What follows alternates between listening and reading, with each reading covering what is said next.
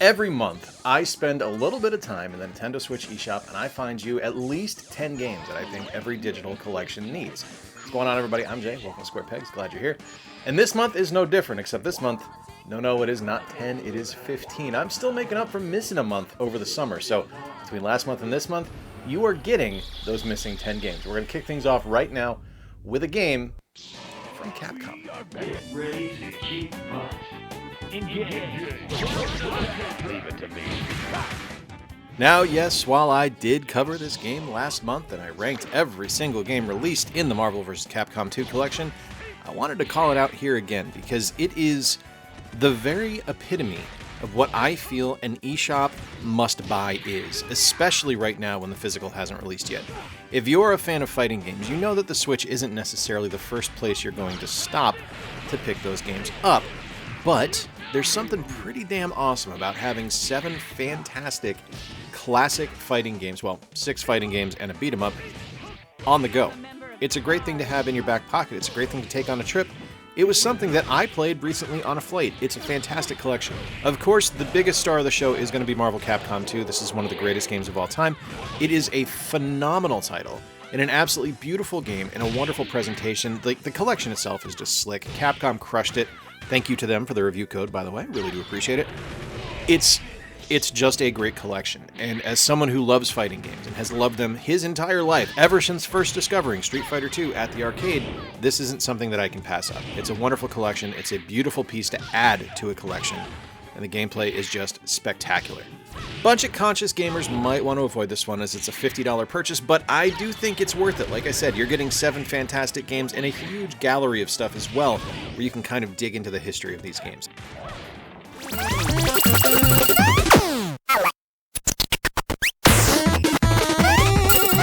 I always get really excited when there's a new release from my friends at Flynn's Arcade, and thank you to them and every other publisher that provided review codes for this video. It's a true privilege to be able to look at your games and to be able to talk about them. As always, if folks are curious, I'm not paid for any of these. These are just codes that are given to me, and any thought that is expressed in these videos is my own. It is not pre-approved by the publishers. It's 100% my thoughts. But let's get back to Cash Cow DX. First off, I suck at this game. Terrible at it. Absolutely awful at it. But much like Donut Dodo, I sucked at that until it finally clicked for me, and I expect the same thing to happen here. This is a throwback to classic 1980s arcade games. It is a single-screen arcade game. It is fantastic. It looks incredible. The sound is great. It's silly. It's goofy. It's fast. It's fun. And it's dirt cheap, which is one of my favorite things about the Flynn's Arcade games, because not only do you get an amazing arcade experience that you can play for 5 minutes or 5 hours, you don't have to put a big monetary investment into it. This is only a $6 title, and it is so much fun. If you played Donut Dodo and you thought it was brilliant, like pretty much everyone, this one needs to be on your radar. It's fantastic.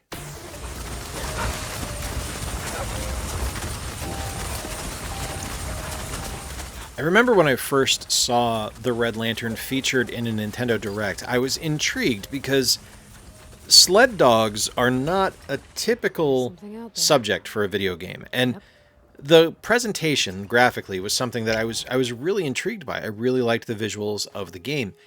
And when I finally got my hands on the title and I finally played it a few years ago, I was really blown away by it. I actually did a full review video of the Red Lantern, link on screen right now, and I haven't talked about it since. It's kind of ridiculous because it's something that I really enjoy and I've really liked going back to. The idea behind the Red Lantern is this is a roguelite game where you are on a team of sled dogs that you get to put together. You get to choose which dogs are going to pull the sled. Each dog has different traits and different abilities, and you have to go from point A to point B. Now, there's a lot of different branching paths along the way. There's a lot of different things to discover, a lot of different environmental variables that you're going to run into to try to get to your cabin.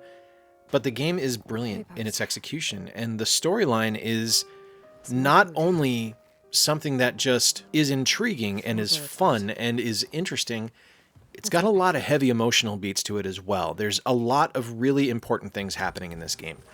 I always try to include one game that I say, this is an important game in these eShop videos, and I think the Red Lantern is an important title. This is a $24.99 game. It does something that I've never seen another game do.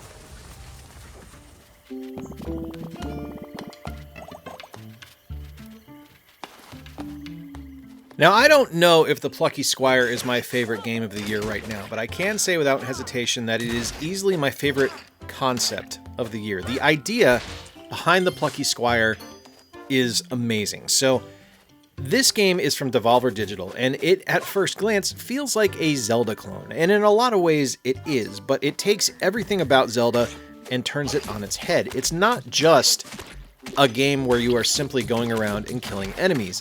There's puzzles to solve, but they're not traditional Zelda puzzles, although those do exist. It's stuff where you have to utilize the fact that you are in a storybook to change words, to use adjectives, to change enemies that are on the screen or blockages that are on the screen to let you proceed further into the game. There are different gameplay aspects. You're able to hop out of the book, which takes you from a 2D planar game into a 3D action-adventure game. You have boss fights that resemble Punch-Out. You have just a huge variety of gameplay options present in this title, and while not all of them 100% land, the concept and the idea behind this game is one of the most promising things I have ever played. Like, in all of my years of playing video games, The Plucky Squire is one that really stands out and stands head and shoulders above a ton of higher regarded titles. This is a $29.99 game, and it is just incredible. It's so amazing, and I hope everyone takes the chance to play this title. It's wonderful. Stop! In the name of the law!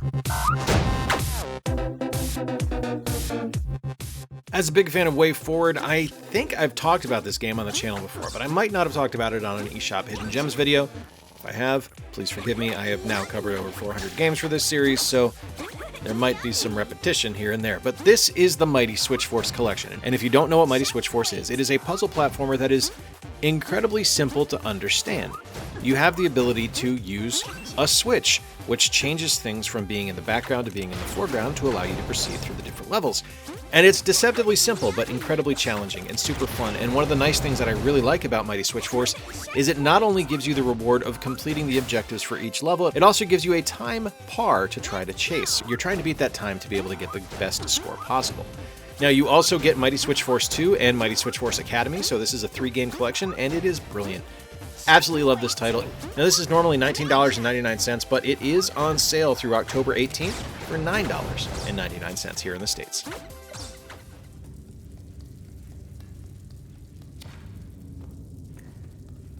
While I don't usually go in for horror stuff, I gotta have at least one spooky game for October. It is, after all, spooky season. There's really none better than Little Nightmares. This is such a wonderful environmental horror puzzle game that I get wrapped up in it, even though I don't really dig being scared. And I really have to thank the cosplayers at Torg last year who dressed up as Six, and I can't remember the other character's name, I'm sorry, but there were a couple of Little Nightmares cosplayers at Torg last year, and I went, you know what, I really do need to play that game. And I played it, and I've wanted to talk about it since. It's a brilliant game. It's deceptively simple, but there's a lot going on where you need to solve a lot of puzzles and utilize your environment and your single lighter that you have to be able to make your way through, because the game is very dark. It's very disturbing, and there's a lot of stuff and a lot of imagery in the game that's going to be a little bit under your skin. Like, there's a lot going on here that really can impact you. So do be aware of that. Like, this isn't going to be something that's for everybody, but it is a great title nonetheless. Now, this is the Little Nightmares Complete Edition. This gets you the original game as well as the DLC. So you're going to be spending $29.99 on it, but if you're looking for something that's a little bit creepy, very environmental, and truly has that kind of creep factor horror aesthetic for October, you're not going to go wrong with Little Nightmares Complete Edition.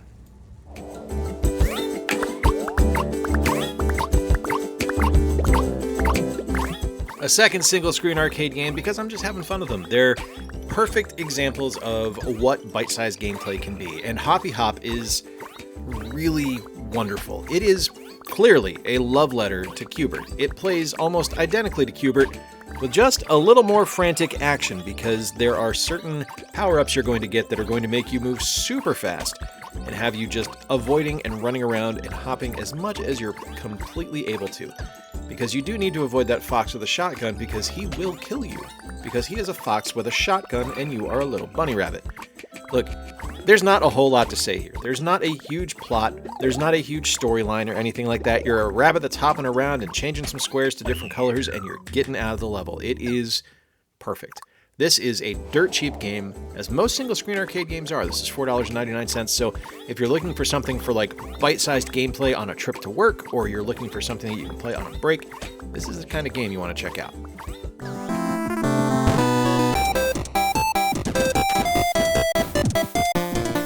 I've been a fan of Cave Story for a long time. I actually own a hacked version of a Genesis cart that puts the freeware version of the original release of Cave Story onto a Genesis cart, and it's so cool. But I wasn't going to pass up the opportunity to own Cave Story on the Nintendo Switch, because I do think this is one of the most important independent platformers of all time. It is such a signature game experience that it's influenced so many other genres and so many different games that have released since Cave Story initially debuted. Like, one of my all-time favorite video games, Carl, from Nintendo, was heavily influenced by Cave Story. You can see the influences of Cave Story on all kinds of independent platformers to this day, but none of them really quite achieve the depth and kind of nuance of storytelling that Cave Story exhibits, and that is on display here in Cave Story Plus. I've liked every version of Cave Story I've ever played, whether it's the original, the 3DS version, or Cave Story Plus here on the Nintendo Switch. Now, do be aware, there is a physical release of this. That's actually where I've got mine, but it is such a good game that I do think that people need to check it out, and the physical is getting a little bit more hard to find or track down. This is a $29.99 game. It's well worth it. It's a fantastic title, and if you like independent games, or you want to kind of expand your horizons more into classic independent gaming, no better place to start than Cave Story Plus.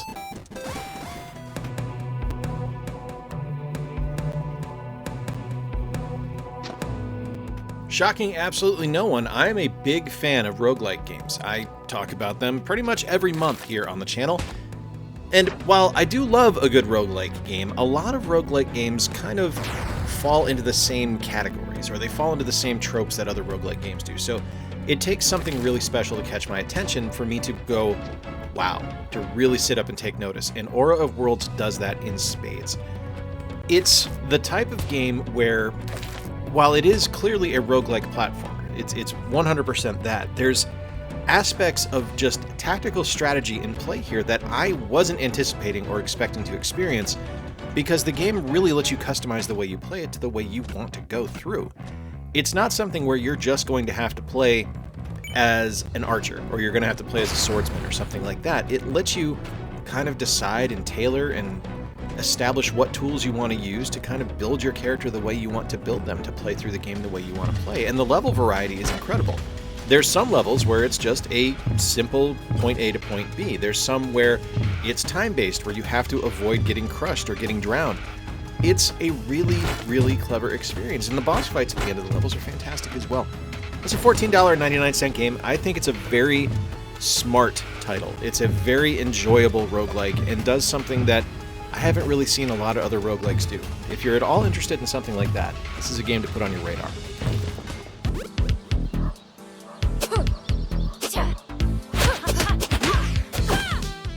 You know, beat-em-ups have really seen a resurgence over probably the last 10 years. Between stuff like the original River City Girls or stuff like Streets of Rage 4 getting released, we've seen a ton of incredible beat-em-ups. Don't overlook things like Final Vendetta as well. And River City Girls 2 continues that upward trend of seeing that renaissance in beat-em-ups. It is excellent. Now, much like Mighty Switch Force, I might have already talked about this one, and if I did, I apologize, but understand that if I have already talked about it and I'm talking about it again, I really like it. If you like clever beat-em-ups, if you like stuff that doesn't necessarily take itself too seriously, but delivers in every conceivable way to make a spectacular game from top to bottom, River City Girls 2 needs to be on your list. You get to play 6 different characters. You can play as Misako, Kyoko, Kunio, Riki, Marion, and Provi, and it is magnificent. This game is absolutely wonderful from top to bottom, whether it's the amazing graphical design that WayForward put in, if it's the sound, if it's the voice acting, there's nothing on here that misses. This game is absolutely magnificent. Now, it is a little bit pricey at $39.99, but I think if you love beat-em-ups, you're going to be very, very happy with that purchase.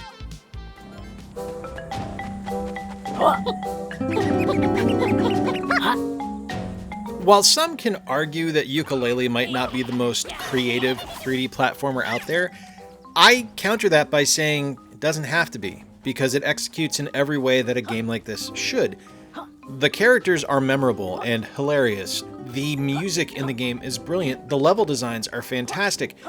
I don't see the negative connotations that Yooka-Laylee has received over the years because I just think it's a brilliant title.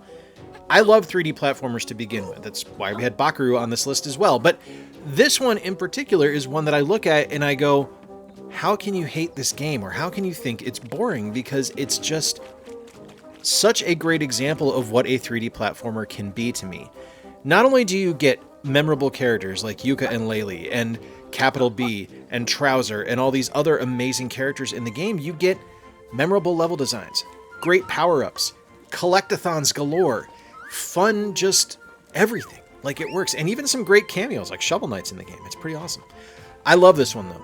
If you are on the fence, though, and I respect it if you are, toss it on a wish list, because this one does go on sale fairly frequently. But at a regular price of $19.99, I think you're in for some good times here.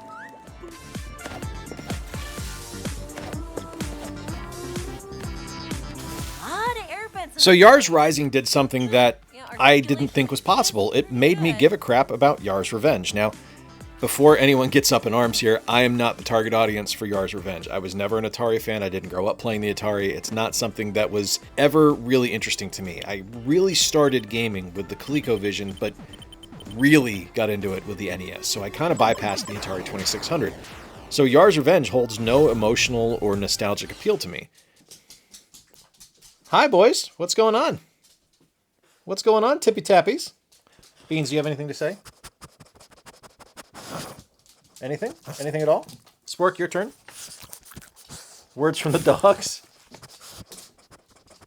Yeah? Okay. We're going to stop. Oh, I wish I had gotten that. That would have been adorable. Anyway, but Yars Revenge here does something that I didn't expect. Like, it made me care. Because it takes what WayForward does best in making a platforming game and incorporates aspects of Yars Revenge into it to make me really interested. So the idea of the game is you play as Emi Kimura, who is working for Kotek, and you have to go through and really just kind of hack their systems. And the idea behind the hacking is that you play Yars Revenge to do so. And it was really interesting to be able to see that and play it and enjoy it, because it wasn't something I had ever really gotten into before, but they really crushed it here. I'm very much enjoying this one. Now, I really like this game. I'm very excited about it. As a heads up, there is a physical release of it, so if you are a physical collector, be sure to look for that one. But for a digital release, this is $29.99. Can't go wrong.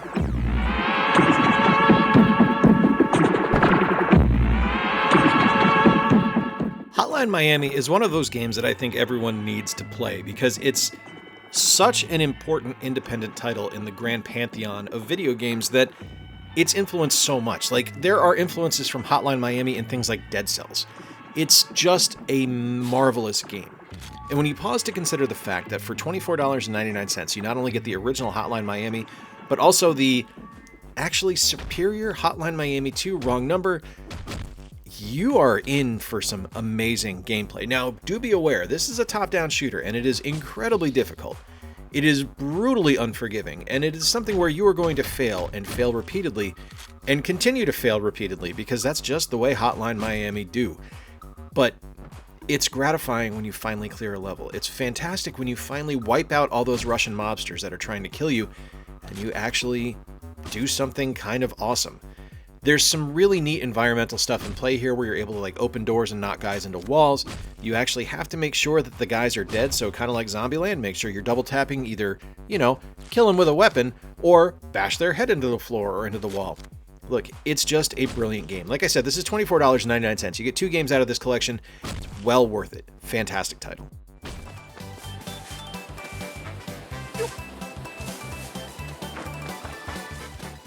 I don't know what initially drew me to Bakaru, but I think I had basically searched for games that have demos on the eShop, because that's always a great way to kind of get an amuse-bouche, an appetizer, if you will, a sampling of what a game is going to be like. And when I saw that Bakaru was up there, and I really kind of dug the key art style, I decided to check it out, and I was absolutely blown away by the gameplay that Spike Chunsoft put in play here. This is a game that would not have been lost on something like the PS2 or the PS3. It is a classic 3D platformer collectathon that doesn't lean on tropes like the N64 did. It actually improves it, and it feels like something, like I said, like from that PS2 or PS3 generation. It's beautiful to look at. It's hilarious. The gameplay is varied, that's how you say that word. The gameplay is varied and fun and fluid. It is a really intriguing game, and it's something where I have had so much fun playing it, and just the character and the appeal of the different regions and the different characters that you're going to meet are amazing. This takes place in Japan, but it's a fairy tale version of Japan, combining the Japan that we know in our world as well as like old period dramas from Japan, and really just brings the mythology into play. It's a phenomenal title. This is a $39.99 game. If you are curious about this, like I mentioned, the demo is still available on the eShop, so be sure to check this one out. Link will be in the description.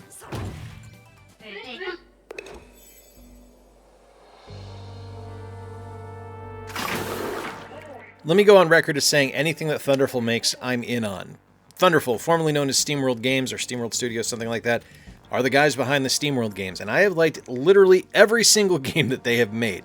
Every single series of games in the SteamWorld universe explores a different genre, and SteamWorld Heist is a tactical strategy game that is set on a side plane as opposed to a top-down view, which is a really interesting way to look at things. You get to play as a crew of pirates, and you have to go to these different missions in each level, and you have to defeat all of the bots or discover the different treasures that are hidden there and fulfill the objectives for the mission. Now, SteamWorld Heist, the original, was my favorite SteamWorld game up until SteamWorld Dig 2 released. And SteamWorld Heist 2 here takes everything that the original Heist game did and improves upon it in every single way. You have an actual ship you have to move around. There's naval combat now. Now it's rudimentary and it's simple, but it's still there. The exploration is paramount. You have to find different floating treasures in the world. The characters are enjoyable. There's a lot of callbacks to previous SteamWorld games. It's exactly the type of game you would want it to be. I was excited when this game got announced. I'm even more excited having played it. Like, I played this game for about 2.5 hours when I was capturing footage, and I didn't even realize it. It's that excellent of a title. This is a $29.99 game, and it is well worth it if you're a fan of the SteamWorld series. There you have it, my friends. 15 games I think every digital collection is improved by having. Let me know in the comments down below if there's any eShop games you think I should be covering on this series. Do one of these every month. I'll be back again next month for more of it. But until then, remember to play more games, stay square, and take care. I'll talk to you soon.